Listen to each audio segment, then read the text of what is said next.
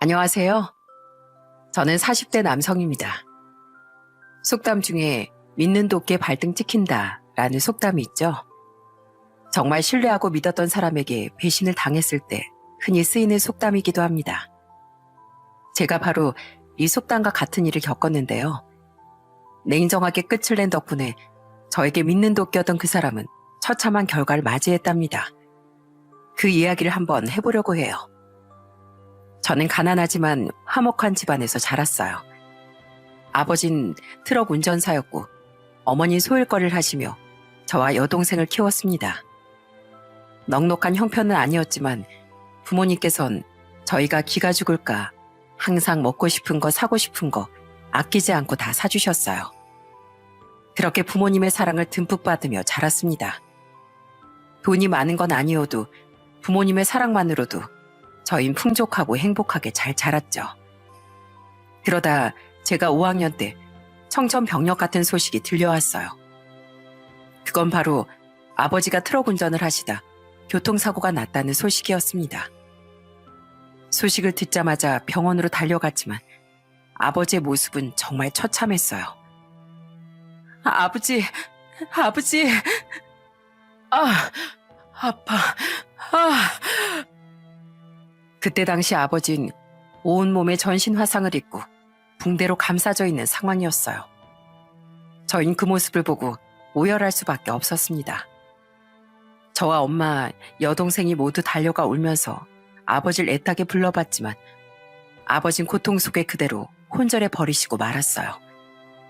어머니도 그 모습을 보면서 계속 울기만 하셨죠. 아버진 긴 수술을 받으셨고 그 후에도 7번 정도 수술을 더 받으셨어요. 수술은 무사히 끝이 났지만 아버지의 왼쪽 손은 녹아들어 사용하지 못할 정도의 상황이 되었고 겨우 오른쪽 손가락 3개만 남게 되었습니다. 저희는 그래도 아버지가 살아남았기 때문에 다행이라고 생각을 했었는데 아버진 그게 아니셨던 것 같아요. 더 이상 가정의 생계를 책임지지 못하는 것에 대해 굉장한 자책감을 가지셨죠. 항상 저희만 보면 고개를 숙이시고 눈물만 흘리셨습니다. 한 번은 제가 아버지께 이런 말을 한 적도 있었어요. 아버지, 걱정하지 마세요. 제가 꼭 공부 열심히 해서 나중에 아버지 호강시켜 드릴게요. 그러니까 걱정 마시고 아버지 저만 믿으세요. 그래, 선종아. 아버지가 미안하다. 정말 미안해. 아버지가 열심히 일을 해야 하는데 너희한테 할 말이 없구나. 괜찮아요, 아버지. 저희는 아버지가 이렇게 살아계신 것만으로도 좋아요. 그러니까 제발 술 조금만 드시고 힘 좀 내주세요. 아버진 제 말을 듣고선 절 말없이 꼭 끌어안고 우시기만 하셨습니다. 그렇지만 아무리 옆에서 응원해도 시간이 지날수록 아버진 점점 더 기운을 잃으셨어요. 그런 모습들이 저희는 너무나 안타깝고 슬펐습니다. 더군다나 아버진 온몸에 화상을 입으셔서 얼굴에도 화상 자국이 가득했죠. 그러다 보니 바깥 외출을 많이 못하셨고 나중엔 거의 집안에만 있는 경우가 많았습니다. 말 그대로 세상과 단절하면서 사셨어요. 이런 상황이다 보니 아버지는 너무나 힘이 들어 매일매일 술만 드실 때가 많았는데 그때 누구보다 속상해하셨던 게 바로 저희 어머니였습니다. 매일을 술을 마시고 울고 또다시 술을 마시고 우는 모습을 옆에서 지켜보면서 사고 후 1년이 지났을 무렵 어머니 결단을 내리셨어요. 당신 언제 정신 차릴 거야? 언제까지 이렇게 지낼 거냐고. 애들이 당신 보고 있는 거 안 보여? 매일 이렇게 술만 마시고 있을 거야? 여보, 미안해. 내가 이 꼴인데 뭘 하겠어? 이게 뭐가 어때서? 다음 달부터 나 식당 안 나가. 나라도 일해야지 안 되겠어. 당신 걱정하지 마. 내가 포장마차에서 우리 식구들 먹여 살릴 거니까. 그러니까 당신도 좀 기운 내. 내가 밖에서 돈 벌어올 테니까 걱정하지 말라고. 그렇게 어머니는 정말 씩씩하게 기운을 차리고 생계를 위해 포장마차를 운영하기 시작했습니다. 전 항상 어머니 혼자서 포장마차를 하는 게 굉장히 신경이 쓰였어요. 아무래도 여자 혼자 취객들을 상대하는 게 많이 힘들다는 걸 알고 있었기 때문에 전 학교가 끝나자마자 포장마차에 가서 어머니의 일손을 도와드렸죠. 그렇지만 그렇게 제가 도와드리러 가면 항상 어머니가 하시는 말씀이 있었어요. 선종아, 가서 공부해, 공부. 여긴 안 와도 되니까 걱정하지 말고. 이 엄마 알지? 엄마 강한 사람이야. 혼자서도 일할 수 있어. 그러니까 우리 아들은 걱정하지 말고 공부만 열심히 해. 엄마, 나 학교에서 공부 열심히 하고 있어요. 그러니까 걱정하지 마세요. 그래도 엄마 혼자서 하는 것보다 제가 도와드리면 편하잖아요. 이것만 좀 더 도와드리고 갈게요. 그렇게 전 종종 어머니의 일을 도와드렸습니다. 서빙도 하고 설거지도 도와드렸죠. 그렇지만 아무래도 여자 혼자 포장마차라는 건 너무나 힘든 일이었어요. 물론 좋은 손님들도 많지만 정말 기가 막힐 정도로 진상 손님들도 많았어요. 대놓고 뻔뻔하게 말하는 손님들을 볼 때면 당장 달려가 따지고 싶을 때도 많았습니다. 어떤 진상 손님은 엄마가 혼자서 장사를 하다 보니 더럽게 추궁거리기도 하더라고요. 아이 아줌마, 이리 와봐. 에이, 지금 손님도 별로 없는데 여기 앉아서 술 좀 따라봐. 어서. 내가 팁 많이 줄게. 어? 얼른 와서 따라보라고. 손님, 술은 직접 따라 드세요. 아니, 손님이 원하는데 그것도 못 해줘? 보아하니 아줌마 아직 마흔도 안 된 것 같은데 과부야? 나 이혼했는데 어떻게 한번 나랑 만나볼래? 내가 돈 챙겨줄 테니까. 어머니가 단호하게 얘기를 함에도 진상 손님은 막무가내로 진상을 부리기도 했습니다. 그 모습을 보면서 전 참을 수가 없어 나설 때도 있었어요. 아저씨, 우리 엄마, 우리 아버지 있거든요? 찝쩍대지 마세요. 술 먹었으면 좀 곱게 드세요. 왜 여기 와가지고 소란 피우시는 건데요? 뭐? 네가 아들이야? 아이고, 딱 봐도 중학생밖에 안 되는 꼬마가 어디서 대들어? 어? 어디 한번 어른한테 혼나볼래? 아이고, 아니에요. 가세요, 가. 술값을 안 받을 테니까 가시라고요, 가. 오, 진짜 안 받는다고? 아싸. 거 아들 교육이나 똑바로 시키슈. 장사하려면 이렇게 하면 안 되지. 온갖 진상을 부리고 손님이 떠난 날이면 어머니는 정말 많이 힘들어하셨어요. 처음엔 어머니도 견디기 괴로우셨는지 절 앞에다 두고 하소연도 많이 하셨습니다. 아휴, 선종아, 어떻게 사람들이 이러냐. 어떻게 매번 저런 진상들은 사라지지도 않고 찾아오냐고. 정말 기운 빠져서 못 살겠다, 못 살겠어. 엄마, 기운 내세요. 저런 사람들 일일이 대응하지 마시고 그럴 땐 그냥 경찰이라도 부르세요. 됐다, 됐어. 장사하는 사람이 그런 거에 술 안 피워가지고 어쩌겠니. 다른 게 아니라 사람 때문에 참 힘드네. 눈물 흘리며 힘들어하는 어머니를 보면서 전 말없이 그냥 안아드릴 수밖에 없었어요. 처음엔 정말 어머니가 너무나 걱정이 되었어요. 그런데 제 걱정과는 다르게 어머니 시간이 지날수록 더욱 강해지셨습니다. 포장마차를 운영한 지 2년째가 되면서 어머니는 진상 손님에게 호락호락 넘어가지 않으셨어요. 제가 없어도 걱정이 되지 않을 정도로 강인한 사람이 되셨죠.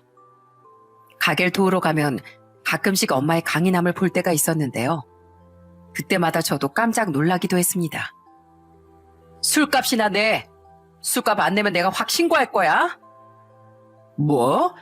이게 어디서 손님한테 큰 소리야? 손님?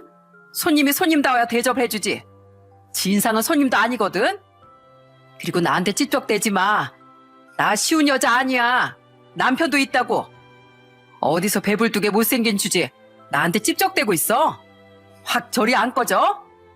네가 10억이든 100억이든 줘봐라. 우리 남편이 얼마나 멋진 줄 알아? 나가. 저리 꺼져. 그렇게 연약했던 어머니는 2년 만에 진상 손님을 물리치며 소금까지 뿌리는 멋있는 사장님이 되셨습니다. 그런 모습을 볼 때마다 정말 제가 뿌듯하고 기쁘더라고요. 어머니 먹고 살려고 하니까 강해졌다면서 개수롭지 않게 말을 하셨지만 그런 모습을 보면서 저 역시 든든함을 느꼈던 것 같습니다. 저뿐만 아니라 든든함을 느꼈던 사람은 또 있었는데요. 바로 아버지셨어요. 어머니가 시간이 지나면서 당당하고 씩씩해지니 아버지도 점점 술도 끊고 포장마차 일도 도와주기 시작하셨죠. 왼손은 거의 쓰지 못하셨지만 오른손만으로 어머니를 도와주시기도 했죠. 그렇게 저희 가족은 위기를 다 견뎌내고 서로 똘똘 뭉치게 되었어요. 사실 전 고등학교 졸업하고 나서 대학교 진학을 하지 않으려고 했어요. 그런데 어머니께서 무조건 대학은 가야 한다고 해서 전문대로 입학을 하게 되었습니다. 대학 입학 후엔 군대도 갔다 오고 졸업 후엔 취업까지 하게 되었어요.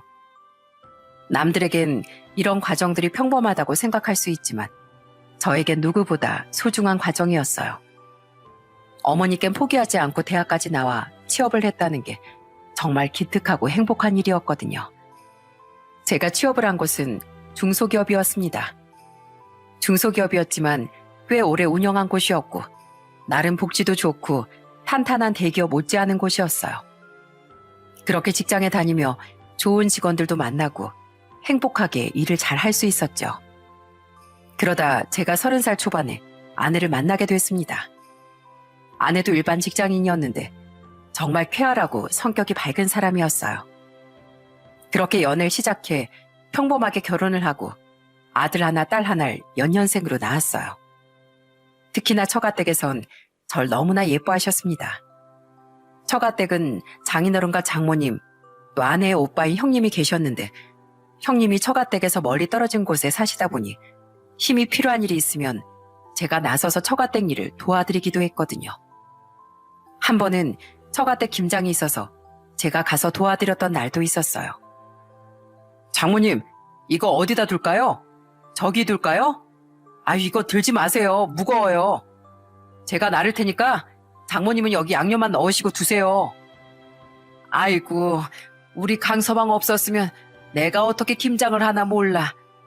남편도 허리 아파서 무거운 거 들지도 못하고 어쩌나 했었는데 강서방 덕분에 아주 편하네, 편해. 장모님, 그럼 저 보쌈 많이 해주실 거죠? 오늘은 배부르게 먹고 가겠습니다. 꼭 해주셔야 돼요. 아유, 그럼. 우리 강서방이 먹고 싶다는데 내가 돼지 한 마리 다 삶아줄 수 있지. 넉넉하게 할 테니까 배부르게 먹고 가. 김치도 꽉꽉 채워서 줄게. 김장이며 대청소며 제가 나서서 처가댁 일을 도와드리다 보니 처가댁에선 절 너무나 예뻐하시고 좋아하셨습니다. 아내도 그런절 살뜰하게 챙겼어요.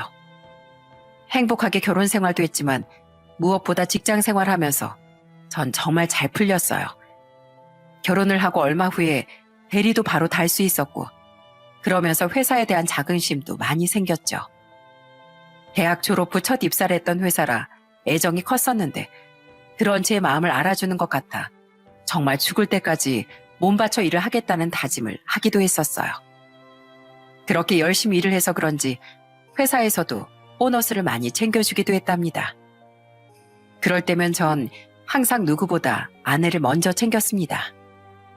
여보, 오늘 회사에서 보너스 나왔는데 우리 맛있는 거 먹으러 갈까? 당신 이번에 초밥 먹고 싶다고 했잖아. 거기 갈까? 당신 좋아하는 곳 예약할게. 그리고 밥 먹고 당신 가방 사러 가자. 그때 사고 싶다는 거 그거 이참에 하나 사자고. 정말? 와, 너무 고마워. 당신 보너스 받으면 이번에 컴퓨터 바꾸고 싶다고 한 거 아니었어? 그냥 컴퓨터 바꿔도 되는데. 에이, 됐어.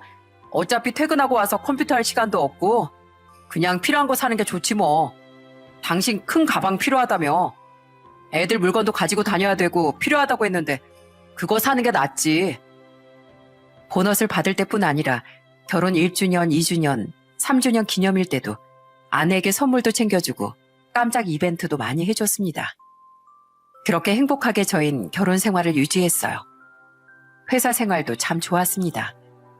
특히나 회사엔 절 유달리 따랐던 친구가 있었는데요. 회사 후배로 들어온 친구였는데 항상 절 따르던 친구였죠. 그리고 항상 절 대단하다고 치켜줬었습니다. 와, 대리님, 왜 이렇게 일을 잘하세요? 진짜 짱입니다, 짱. 제가 대리님 롤모델로 생각하는 거 아시죠? 회사에서도 대표님도 대리님 엄청 좋아하시잖아요. 윗분들도 좋아하시고 일 처리 깔끔하시고 정말 대단하신 것 같아요. 아휴, 뭘 그래. 다들 그러지 뭐. 아니에요. 진짜 대리님처럼 일 깔끔하게 잘하시는 분들 별로 없어요. 저 진짜 대리님처럼 되고 싶어서 그래요. 그렇게 전 회사에서 그 후배와 단짝이 됐습니다. 제가 사수였고 그 후배는 부사수나 마찬가지였죠. 절 누구보다 좋아하고 따르기도 했지만 서로 정말 말도 잘 통했어요. 친해지면서 회사 후배와 가끔씩 술자리를 할 때가 있었어요. 그런데 겉으로 보기엔 티 없이 맑고 밝은 친구라고 생각했는데 들어보니 슬픈 과거사가 좀 있더라고요. 차분히 얘기하는 모습을 보면서 참 마음이 아프기도 했습니다. 저 사실 아버지도 일찍 돌아가시고 얼굴도 잘 몰라요. 어머니 밑에서 자랐는데 지금 어머니가 암으로 좀 편찮으시거든요. 형이나 누나가 있는 것도 아니고 그렇다고 동생이 있는 것도 아니고 사실 그래서 전 대리님 보면서 제 친형 같기도 해서 너무 좋았어요. 아휴, 그런 사연이 있는 줄은 몰랐네. 난 엄청 잘 사는 집안 아들인 줄 알았어. 저희 어머니가 저 그렇게 키우시려고 엄청 노력하셨죠. 파출부도 하시고 시장에서 허드렛 일도 하시고 참 그렇게 고생하면서 겨우 모아놓은 돈도 있었는데 재혼한다던 남자한테 사기당해서 다 날린 거 있죠? 그래가지고 어머니가 충격으로 쓰러지시기도 했어요. 아휴, 그런 일도 있었어? 고생 많았겠네. 참 다사다난했죠. 제가 또 학교 다닐 땐 따돌림도 많이 받았거든요. 보시다시피 제가 등치도 작고 그땐 이렇게 활발한 성격도 아니었어요. 그래서 친구들이 틈만 나면 엄마밖에 없다고 놀리고 가방 들라고 하고 매점에서 빵 사오라고 하고 돈 달라고 하고 참 많이도 괴롭혔네요. 고생 많았구만. 힘들었겠네. 그런 거 혼자서 다 버텨내느라 고생했어. 대리님이 인정해 주시니 뭔가 기분이 좋네요. 하여튼 그래서 어머니한텐 학교 안 가겠다고 떼쓰기도 했는데 지금 생각해보면 어머니가 어떻게든 학교 가라고 하셨던 게 다 뜻이 있었던 것 같아요. 그래도 이렇게 다 이겨내고 취직까지 좋은 곳으로 했잖아요. 그래, 안사원. 그렇게 꿋꿋하게 이겨내니까 이렇게 잘 됐잖아. 앞으로도 잘 될 거야. 내가 그건 장담하지. 이렇게 아픈 과거까지 듣게 되니까 정말 그 후배가 더 안쓰럽고 측은지심이 들더라고요. 더 챙겨주고 싶은 마음도 있었고요. 그렇게 회사를 잘 다니던 후배에게 좋지 않은 소식이 들려온 건 그로부터 2년 후였습니다. 후배 어머니께서 오랜 투병 끝에 결국 세상을 떠났다는 소식이었어요. 후배 어머니가 계신 곳은 지방이었고 제가 일하는 곳이 경기도권이라 전 소식을 듣자마자 장례식장으로 향했습니다. 그런데 막상 장례식장에 도착하고 나니까 너무 썰렁하고 조용하더라고요. 화환도 하나 없이 조용한 장례식장을 보고 전 제일 먼저 화환을 주문했습니다. 그렇게 화환이 놓여지고 조문을 하니 회사 후배가 절 보면서 눈물을 글썽이더군요. 대리님, 정말 감사합니다. 제가 이 은혜는 꼭 잊지 않겠습니다. 먼 곳까지 대리님이 이렇게 오셔가지고 제가 얼마나 큰 힘이 되는지 모르겠어요. 어머니께서도 이렇게 외롭지 않게 가셔서 너무 좋습니다. 감사합니다. 그래, 정훈아, 힘내고 언제든지 힘들 때 나한테 얘기해. 어머닌 잘 보내드리고, 알았지? 그래도 네가 잘해서 어머니 외롭지 않게 잘 가셨을 거야. 거듭 감사하다며 말하는 후배 직원을 보면서 참 딱하고 안쓰러웠습니다. 그때 후배 직원에겐 만나는 여자가 있었는데 그 여자도 같이 장례식장에 와서 슬퍼해주고 있더라고요.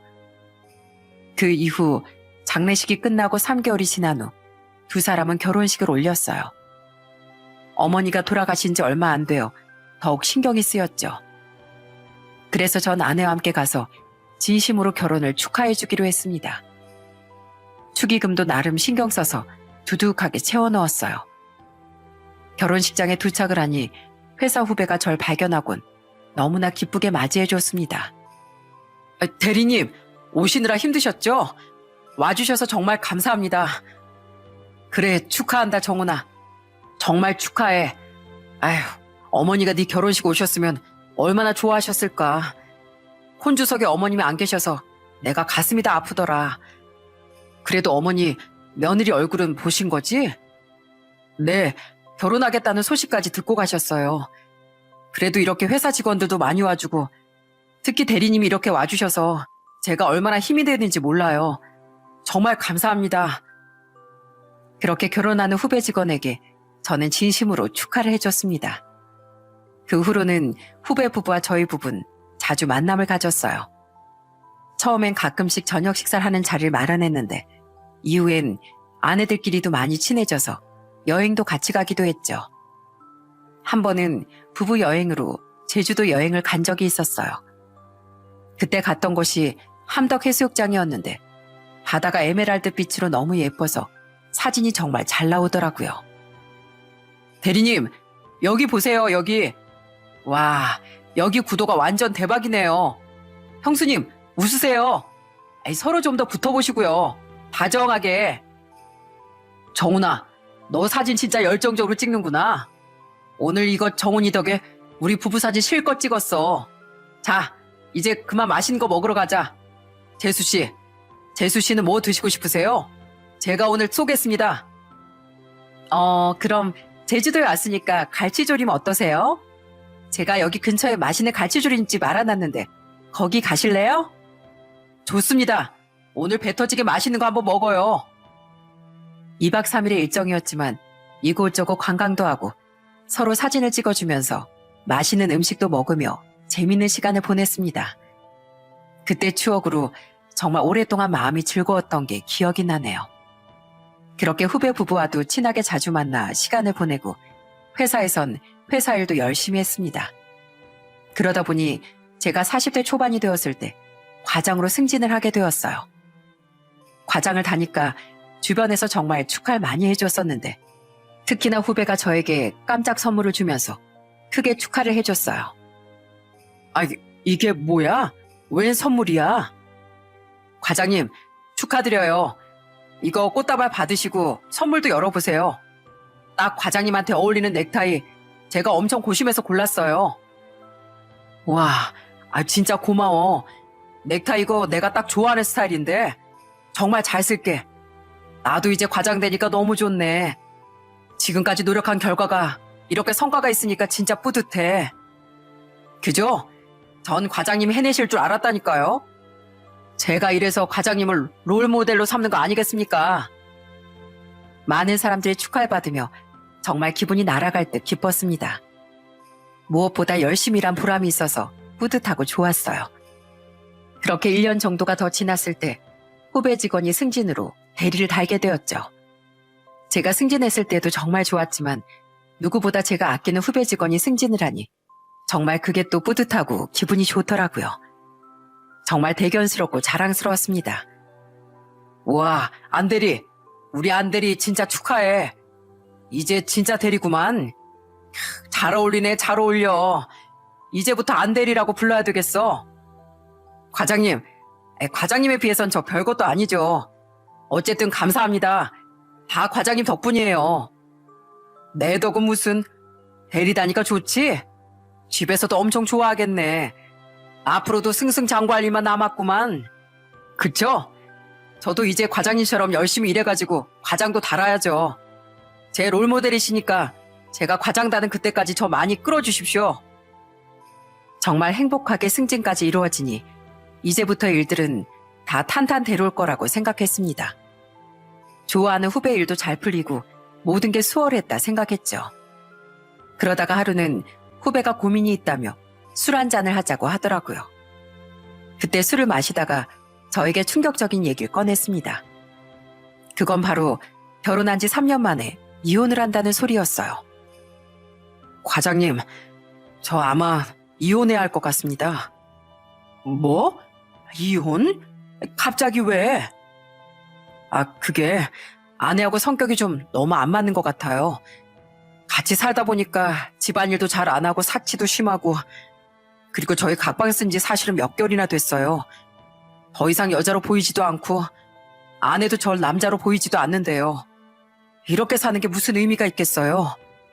뭐라고? 아니, 사이가 좋았던 거 아니야? 갑자기 왜? 그게 무슨... 모르겠어요.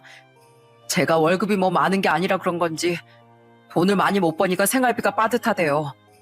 잘 사는 부모님이 계시는 것도 아니니까 이제 좀 자긴 돈 많은 남자가 좋다면서 그냥 이혼하자네요. 뭐? 재수 씨 그런 여자가 아니었잖아. 모르겠어요. 그래서 저 그냥 이혼하려고요. 후배 직원의 갑작스런 이혼 소식은 저뿐 아니라 제 아내에게도 충격적인 소식이었어요. 이 사실을 알려주자 아내도 굉장히 놀란 목소리로 묻더군요. 정말로 정훈 씨가 이혼한다고 했단 말이야? 아니, 되게 와이프랑 잘 살았잖아. 근데 갑자기 왜? 며칠 전까지도 괜찮았던 것 같은데? 그러게나 말이야. 부부 사이는 불만 안다곤 하지만 이렇게 갑작스럽게 이혼할 거라고는 상상조차 못했네. 아무튼 이제 되돌릴 수는 없는 건가 봐. 그렇게 후배 직원은 이혼을 하게 되었습니다. 사실 제가 뭐 할 수 있는 거라고는 없었죠. 그저 같이 술 마시며 위로해주고 힘내라는 말밖에 해줄 수가 없더라고요. 그래도 처음엔 힘들어하던 후배 직원이 시간이 지나면서 다시 건강하게 일상으로 돌아오는 듯 했어요. 그로부터 한 7개월쯤 지났을까, 제 나이가 43살이 됐을 무렵 저희 집에도 이상한 일이 벌어지기 시작했어요. 아내가 어느 순간부터 점점 이상한 행동을 보이기 시작했어요. 사실 저는 밖에 나가는 걸 별로 좋아하지 않았던 아내였는데 갑자기 외출이 잦아지기 시작했습니다. 전주에 지인 장례식장에 다녀온다고 하더니 그 다음 주엔 친구 결혼식이 있었고 또 그 다음 주엔 친구 돌잔치가 있었죠. 처음엔 저도 아내가 친구들도 자주 만나고 활발하게 지내니 좋은 일이라고 생각을 했어요. 그런데 점점 아내가 외출하는 곳이 집 근처에서 멀어지기 시작했어요. 하루는 차로 3시간 넘게 떨어진 지방에 가야 한다고 연락이 왔어요. 여보, 진이 알지? 글쎄 진이 아버님이 돌아가셨대. 나도 거기 좀 갔다 와야 될 것 같아. 거기가 창원이라서 너무 늦으면 그냥 내일 올게. 창원까지? 거기까지 운전해서 가려고? 괜찮겠어? 아니면 나 퇴근하고 같이 가자. 아니야. 친한 친구 아버지 돌아가셨는데 일찍 가봐야지. 당신은 신경 쓰지 말고 퇴근하고서 애들이랑 저녁 먹어. 알았지? 조금 신경 쓰이긴 했지만 그저 기분 탓이라고 생각했습니다. 그런데 점점 아내 이상한 행동은 많아졌어요. 원래 아내는 핸드폰을 손에 잡고 사는 사람이 아니었거든요. 그래서 혹시나 전화를 못 받을까봐 항상 벨소리를 제일 크게 해놨었는데 어느 순간부터 벨소리를 무음으로 해놓기 시작하더라고요. 뿐만이 아니었습니다. 어느 날부턴 아내가 거실 소파에서 나가 자는 일들이 많아지기 시작했어요. 한 번은 자다가 잠에서 깼는데 옆에 누워있어야 할 아내가 안 보이더라고요. 어딜 갔나 해서 거실로 나가봤더니만 거실 소파에 누워서 핸드폰을 보고 있더군요. 그런데 제가 딱 나가자마자 핸드폰을 만지다가 놀라며 몸에다 딱 숨겨버리는 거였어요. 여보, 왜 여기 있어? 자다가 나온 거야? 이 시간에 누구랑 연락해? 아니, 뭘 연락을 해. 그냥 핸드폰 보고 있었어. 쇼핑하고 있었어. 왜? 물 마시려고 나온 거야? 아니, 그냥 깼는데 당신이 없길래 나와봤어. 근데 핸드폰 할 거면 그냥 방에서 해도 되지 왜 나와서 그러고 있어? 당신 자는데 방해될까봐 그러지. 물 마시고 들어가. 나 핸드폰 좀만 더 하다가 잘 거니까. 시간이 지날수록 아내 행동이 뭔가 수상하다고 생각이 들었습니다. 아이와 저만 신경 쓰던 아내가 어느 순간부턴 핸드폰에 모든 정신이 팔려 있었어요. 거기다 언제부턴간 저와 한 방에서 잠을 자지도 않았습니다. 아무리 생각을 해도 10년 넘게 한 방에서 한 이불을 덮고 잔 사이인데 갑자기 코골이가 거슬린다는 게 말도 안 된다고 생각했어요. 이런저런 일들이 쌓이고 쌓여 제 의심은 점점 확고해지고 있었어요. 그렇지만 제가 회사에 다니고 있는 상태에서 아내의 뒤를 쫓아갈 수는 없었습니다. 그래서 전 심부름센터에 의뢰를 하게 되었죠. 그저 단순히 일시적인 현상이었다면 저도 의뢰까지는 안 했을 거예요. 그런데 이런 행동들이 3개월이 넘어가니까 도저히 안 되겠다 싶더라고요. 그래서 돈을 주고 맡기게 되었죠. 그렇게 의뢰를 하고 이틀째 되던 날, 아내는 또 저에게 친구 모임이 있다며 외출을 하겠다고 통보를 하더라고요. 여보, 나 오늘 친구들 모임이 있어서 밥만 먹고 올게. 애들이랑 저녁 챙겨 먹어. 당신 또 나가는 거야? 어제도 당신 모임 있다면서 나갔었잖아. 아휴, 요즘 왜 이렇게 많이 나가는 거야? 애들 좀 돌봐야 되는 거 아니야? 어제도 당신 늦게 들어와서 오늘 주말인데 어디 가지도 못했잖아. 그럼 난 맨날 애들만 봐야 돼? 당신이야 밖에서 사회생활하면서 사람들 만나고 그러지만 난 맨날 집구석에 박혀 있어야 되냐고. 나도 좀 사람도 만나고 스트레스 풀어야지. 어떻게 그렇게 얘기를 해? 아니, 내 말은 그게 아니라. 아우, 됐어. 내가 이래서 당신한테 나간다고 말하기 싫은 거야. 내가 꼭 이렇게 눈치 보면서 사람 만나야 돼? 그냥 오늘 일찍 올게. 그러니까 밥 먹고 있어. 그날따라 짜증을 한 바가지 퍼붓고 나간 아내가 야속하기도 하고 도대체 무슨 모임이 그렇게 많은지 의아하기도 했습니다. 그런데 그날 심부름센터 직원이 저에게 전화를 걸었어요. 네, 선종님 아내분 지금 들어간 곳 확인했습니다. 여기 숙박업소고요. 네, 금방 들어갔어요. 현장에 오시겠어요? 아니면 제가 증거를 그냥 잡을까요? 네? 뭐라고요? 지금 저희 아내가 확실하게 들어간 거 맞아요? 네, 맞습니다. 얼굴도 다 확인했고 입실하는 것까지 제가 다 봤습니다. 한 남자분이랑 들어가셨어요. 친구들 모임이 있다며 서둘러 나간 나는 몇 시간 후 한 남자와 함께 숙박업소로 들어갔다는 거였습니다. 전 그 소리를 듣고 기절 초풍하는 줄 알았어요. 머리가 새하얘지면서 가슴이 콱 막히는 듯 했죠. 그렇지만 전 두 눈으로 꼭 확인하고 싶었어요. 그냥 지금 제가 당장 가겠습니다. 당장 갈게요. 전 바로 집을 나와 심부름센터 직원이 알려준 주소로 향했습니다. 가는 내내 어찌나 심장이 두근거리던지 울렁이는 속 때문에 구역질이 나올 정도였어요. 거기다가 그렇게 믿었던 아내였는데 설마 하는 마음을 한켠에 가지고 있었어요. 보내준 주소에 도착하니 심부름센터 직원이 호실까지 알려주더라고요. 아내가 들어갈 때 숙박업소 이용객 행세라고 뒤를 쫓아가 몇 호인지까지도 알아냈던 거였습니다. 어디 있어요? 어디로 들어갔죠? 네, 지금 603호로 가시면 됩니다. 603호요. 알겠습니다. 감사합니다. 차분히 말은 했지만 손과 발이 덜덜 떨리기 시작했습니다. 정말 올라가서 어떻게 해야 할지, 어떤 말을 해야 하는지 아무런 생각도 들지 않았어요. 눈앞이 캄캄하고 막막했죠.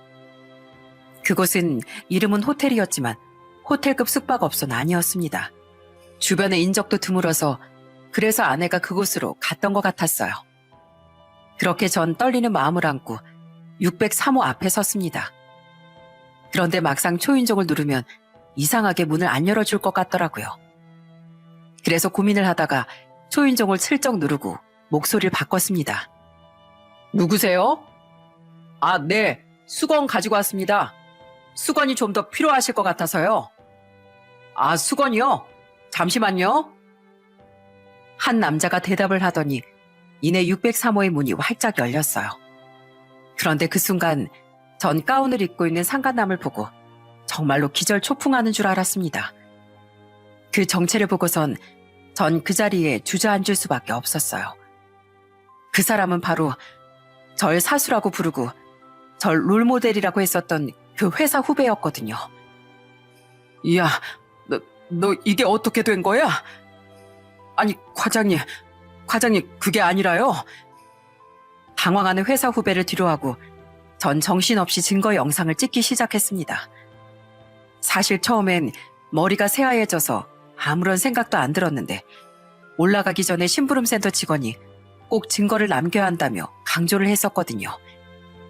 그래서 전 떨리는 손으로 영상 증거를 남기기 시작했어요.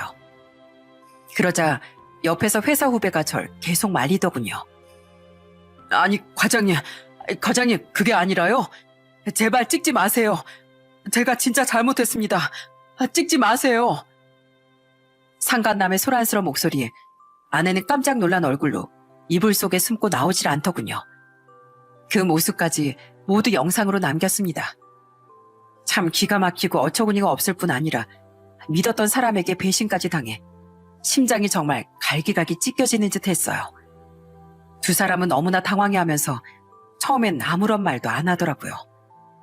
과장님, 그게 아니라 죄송합니다. 뭐? 죄송? 네가 지금 나한테 죄송하다고 할 일이야? 씹어먹어도 시원치 않을 판국에 지금 뭐? 죄송? 너 지금 나한테 뭐 한 건지 다 알아? 니들이 날 배신해? 여보, 그게 아니라 여보 미안해. 그동안 이래서 애들이고 나도 신경도 안 쓰고 정신이 나가 있었구만. 당신이 밖에서 이 더러운 짓거리 하느라고 정신이 나가 있던 거였어. 당신 진짜 어떻게 이럴 수가 있어. 여보, 미안해. 정말 미안해. 미안? 잘못한 일 다 저질러 놓고 미안하다면 다야? 나 이거 가만 안 있어. 니들 둘이서 더러운 짓거리 한 거 내가 다 밝힐 거야. 뻔뻔하게 이딴 짓 한 거 내가 후회하게 만들어 줄 거라고. 과장님, 진정하세요. 내가 지금 진정하게 생겼어? 너 어떻게 나한테 그럴 수가 있어? 네가 어떻게 나한테. 너 각오하는 게 좋을 거야. 니들 지금까지 쌓아온 게 뭐든 내가 다 부셔버릴 거니까 각오해. 죄송합니다, 과장님. 기가 막히게도 제 외침에 상간남은 옷도 갈아입지 않은 채 부랴부랴 짐을 챙기더니 그대로 방 밖을 나가버리더군요. 그 모습을 황당하게 바라보던 아내도 이내 제 눈치를 보더니 주섬주섬 옷을 입기 시작했습니다. 참, 뻔뻔하게 둘이서 같이 들어온 숙박업소였는데 들키고 나니 내빼느라 정신없는 모습을 보면서 니들도 결국 더러운 불륜일 뿐이구나 싶은 생각이 들더라고요. 덩그러니 혼자 남겨진 아내를 뒤로한 채 전 차를 타고 집으로 돌아왔어요. 집으로 돌아오는 길에서도 무슨 생각으로 집까지 왔는지 모를 정도로 혼란스럽고 화가 났습니다. 그리고 전 아내의 짐을 모두 다 싸서 처갓집으로 보냈죠. 또 증거를 가지고 이혼소송과 상간남 소송까지 시작했습니다. 또한 이혼소송을 하면서 전 회사에 휴가를 내게 됐는데 그러면서 회사에도 이 문제를 밝히게 되었어요. 당연히 회사엔 소문이 빠르게 났어요. 워낙 이런 이슈에 민감했던 회사였기 때문에 상간남은 바로 회사 징계위원회에 조사를 받게 되었죠. 그리고 얼마 뒤 이혼 소송을 했다는 걸 알고 아내는 절 찾아와 무릎을 꿇고 빌었습니다. 그 모습을 보면서 악어의 눈물이 이런 건가 싶더라고요. 여보, 정말 내가 잘못했어. 당신도 알잖아. 나한텐 당신뿐이라는 거. 내가 진짜 실수했어. 정말 미안해. 실수? 당신의 실수가 이런 거야? 실수로 숙박업소에 남자랑 가냐? 아니면 남자랑 실수로 자? 헛소리 하지 마. 당신 더러운 짓거리 한 거 나 용서할 생각 없으니까. 미안해. 여보, 진짜 미안해. 난 진짜 이러려고 그런 게 아니었어.